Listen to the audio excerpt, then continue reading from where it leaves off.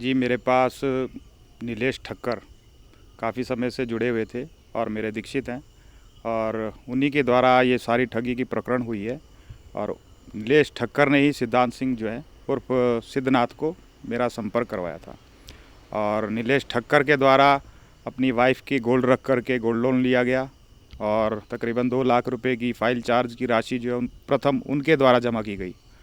और यही कारण रहा कि मैं उनके विश्वास में आया और विश्वास में आने के बाद उन्होंने जो आगे जिस प्रकार से पैसे मुझे बताए, मैं सिद्धांत सिंह जी के खाते में समय समय पर डालता रहा। और ये 6 तारीख को उन्होंने हमारा पास बनाया था। उस पास के द्वारा हमें लखनऊ योगी जी से भेंट करने के लिए बुलाया था। और जब हम 10 तारीख को वहाँ पर पहुँचे तो 10 तारीख से नीलेश ठक्कर और सिद्धांत सिंह दोनों की फ़ोन नंबर बंद हो गए थे। और उस समय और उस परिस्थिति में मेरे को लगा कि हमारे साथ पूर्ण रूप से ठगी हो गई है। ये सब प्रकरण उन्होंने बड़े अच्छे से बुना था। पहले वो किसी और के साथ करने की कोशिश में थे, पर वहाँ पर कामयाब ना हो करके उनकी पैसे की व्यवस्था नहीं हुई थी। मैं उनका नाम नहीं जानता। उन्होंने वो प्रकरण मेरे ऊपर डाल दिया और राज्यसभा की सीट के उपलक्ष्य में ये सारी चर्चाएँ शुरू हुई थी, जिसमें कि वो बाहर से कुछ मेरे को फाइनेंस भी करवाने वाले थे, क्योंकि इन सीटों के लिए तकरीबन उन्होंने बताया था कि 5 से 6 करोड़ रुपया खर्च आता है। तो ये सारी व्यवस्थाएं उसमें वो सहयोग करने वाले थे। नहीं, उन्होंने मुझको हर चीज़ से अपने फेवर में लिया हुआ था। उनका कहना था कि हर चरण में हर समय हम आपका साथ देंगे, फाइनेंस भी कहीं ना कहीं से आपको हम भी करवाएंगे, आप भी कोशिश करें। और सहयोग के लिए आपके शिष्य बहुत हैं।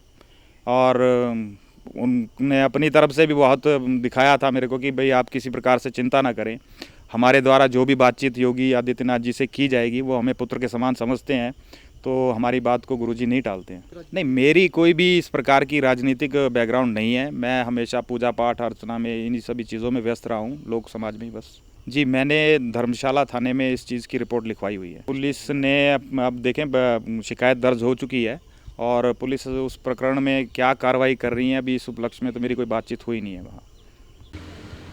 ये मैटर रिपोर्ट हुआ है कि यहाँ लोकल कुछ लोग हैं, उनको कोई फेक कॉल आया था और उत्तर प्रदेश के माननीय मुख्यमंत्री के नाम पे कॉल आया और राज्यसभा में कोई सीट देने का झांसा दे करके उनसे 13 साढ़े 13 लाख रुपए जो है उन लोगों ने ऐंठ लिए हैं। तो ऐसी रिपोर्ट आई है। We have registered a case और इन्वेस्टिगेशन कर रहे हैं उसमें। ये चीटिंग और फ्रॉड में 420 में जाएगा जी। नहीं, वो तो अब ये तो हम बार बार लोगों को कह ही रहे हैं कि ऐसा कोई भी काम टेलीफोन के माध्यम से नहीं होता है।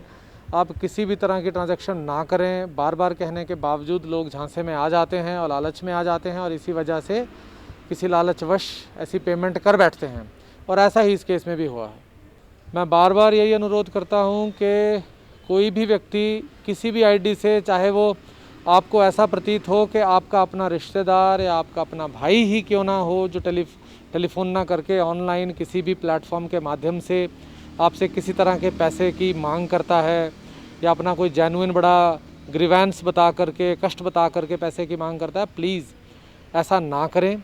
कोई भी ऐसी आईडी जो आपको लगता है कि आप उस आईडी को बहुत अच्छे से जानते हैं, तब भी कोई पैसे की डिमांड करे तो ना दें। आजकल ये इंसिडेंट्स कि किसी की फेसबुक आईडी या कोई व्हाट्सएप पे या किसी और तरह से कोई आईडी को हैक करके आपसे ऐसी ठगी करने की कोशिश कर सकता है और ऐसा बहुत सारे लोग करने की कोशिश कर रहे हैं। तो मेरा सभी से अनुरोध है, चाहे कोई भी हो, जब तक आप उसको किसी और माध्यम से, टेलीफोन के माध्यम से पूर्णतः सत्यापित या जांच ना लें कि जो भी व्यक्ति आपसे पैसे मांग रहा है उसको आप अच्छे से जानते हैं, समझते हैं और फिर आप देना चाहें तो दें। अदरवाइज़ प्लीज़ टेक्स्ट मैसेजेस के बेसिस पे या किसी लॉटरी के बेसिस पे या इस तरह किसी कोई सीट का या किसी भी प्रलोभन से किसी को पैसे ना दें। कोई भी व्यक्ति यहाँ पे जो हैकर्स हैं समाज सेवा के लिए नहीं बैठे हैं कि बहुत कम पैसों में आपको, जैसे गाड़ियों का भी हमारे पास आता है, OLX पे गाड़ी के फ्रॉड आते हैं कि आपको 2 लाख की गाड़ी 30,000 में या 40,000 या 50,000 में दे देंगे। ऐसा कहीं कुछ नहीं होता है।